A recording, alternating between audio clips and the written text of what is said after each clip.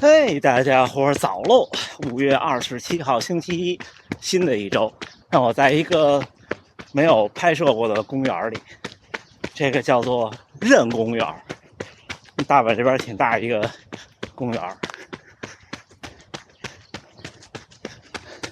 今天第一个训练日，给大家看看这公园里，像这么大的这种，就社区里边的公园已经挺大的了。看这边。这儿这个门晚上点上灯应该是挺好看的，下雨了。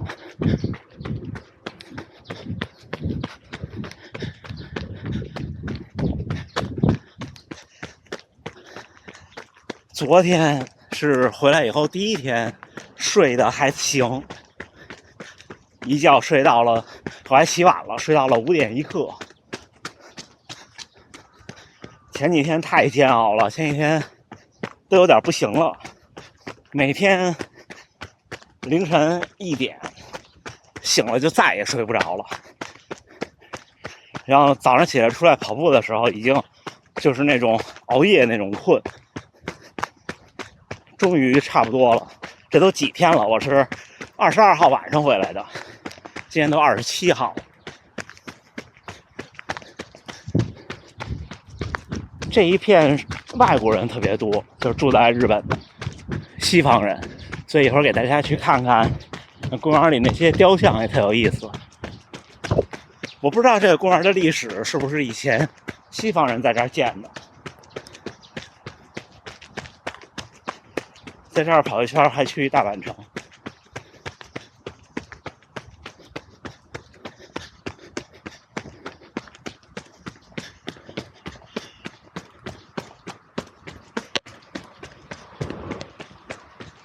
这个公园周围有好多西餐厅，做的怎么说呢？看上去是很正宗的，吃过2次，味道上呢还是跟日式的结合了一些。大家看前面啊，你看前面这些是假人，扶着骑车的小女孩的爸爸，还有那边一家3口。因为经历的可能年代太长了，它看上去都有点诡异，看，是不是？这是等身大小的，就跟真人一边大，就是远处看还挺唬人的。看手上的血管，还有拎的这个包，摆臂时候飘起来的这个动作，有没有？还可以哈。行，那我跟这儿照个相，然后咱们大阪城再见。这边还有，应该是帮妹妹系鞋带的姐姐。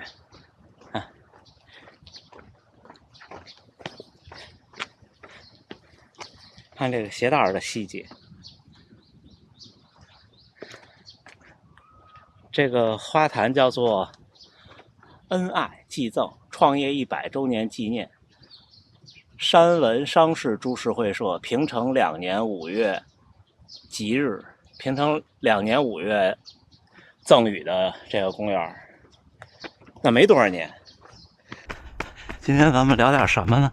昨天大黑猿先生跟我说，野口先生昨天的训练又在大阪城跑了60公里，平均配速4分54，我估计我干不过他了。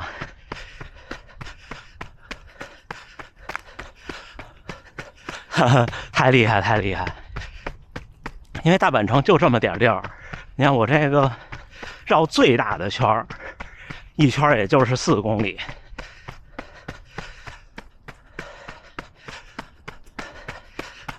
虽然都1年多了，我还是没有完全适应这种就是在一个折返特别短的地方折返这么跑。那我今天又去别的地儿绕了一大圈才过来。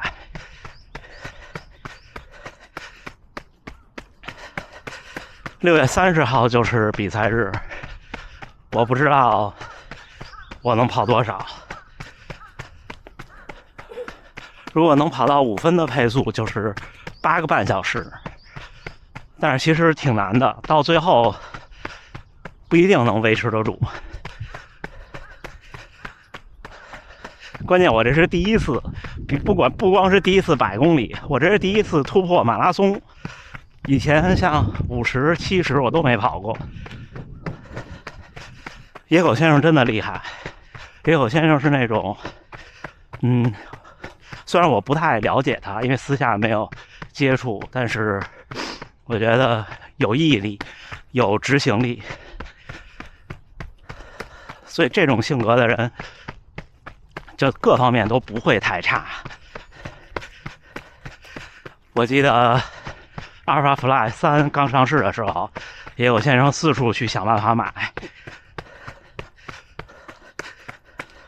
就说明人家整个过得都不错。真厉害，真的特别厉害。昨天我看完我都傻了，平均心率144，虽然可能绝对速度或者马拉松的速度我应该比他稍微快一些，有限吧，但是我估计长距离人家是完胜我，而且这是我见过的第一个这么练的人，真的。虽然我认识的人不多，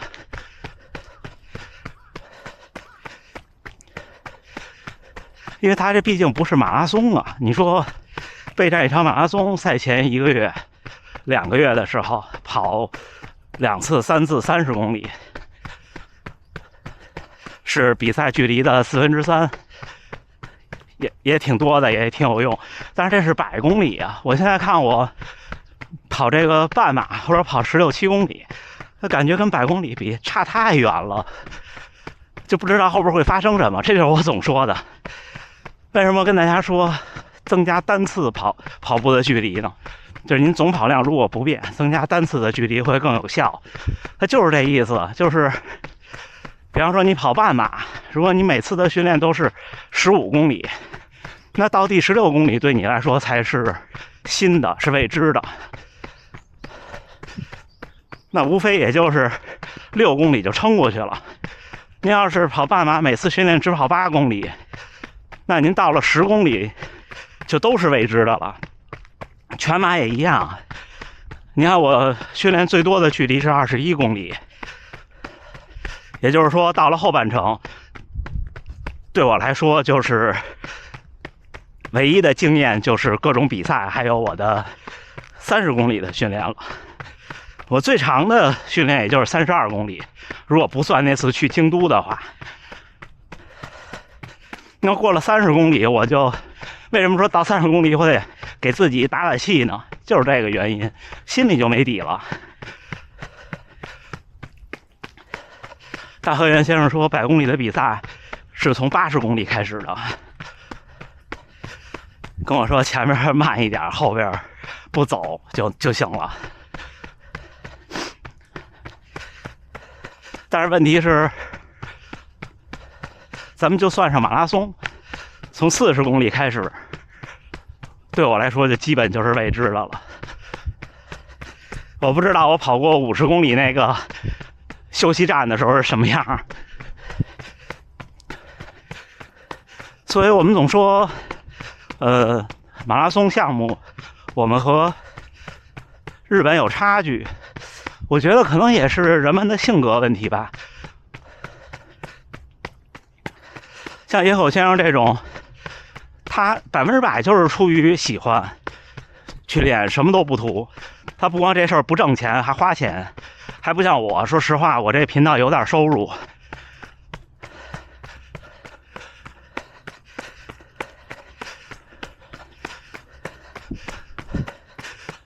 所以我觉得，不管他看得见看不见吧，我们应该给野口先生点几个大大的赞。他前2天5·1假期的时候还跑了一个72公里，平均配速好像是4分59，他的目标应该也是8个半小时，我猜，所以他卡在5分钟以内。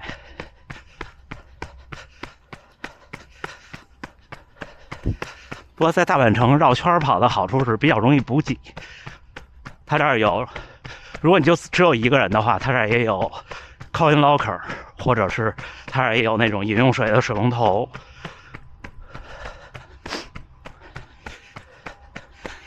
我现在身体状态基本算恢复过来了，昨天是第一次睡一个整觉，所以还是觉得特累。你看今天刚跑14公里不到，我觉得已经有点不想跑了，就心理上就不想跑了。所以一般这时候我就不来折返。我今天到大阪城的时候已经10公里了，最多折返1次。如果我从家直接来，我折返5次。所以自己找自己心里的窍门，也是个不容易的事儿。有小伙伴说，跑步坚持不下来，可能您还不够了解自己，没找到自己最喜欢的那个跑步方式或者说是时间点。我如果不是机缘巧合选择晨跑，并且发现我真的很适合晨跑，我可能也不一定能跑成现在这样。但是今天晚了，今天要不然就是睡不着，要不然就是一下就晚了。今天一睁眼5点1刻了，出来的就晚了，所以还得快一点。礼拜一工作的事儿比较多，幸亏我这儿有1个小时的时差。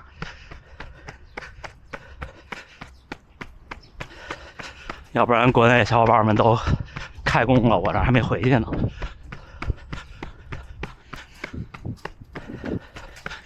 你看现在14公里，我从这儿跑到头，再跑回来到这儿是17公里，直接回家还是不够21，还得凑。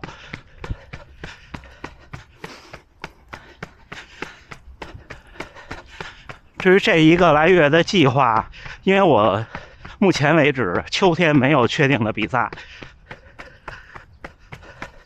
我现在唯一确定的比赛就是6月30号的100公里。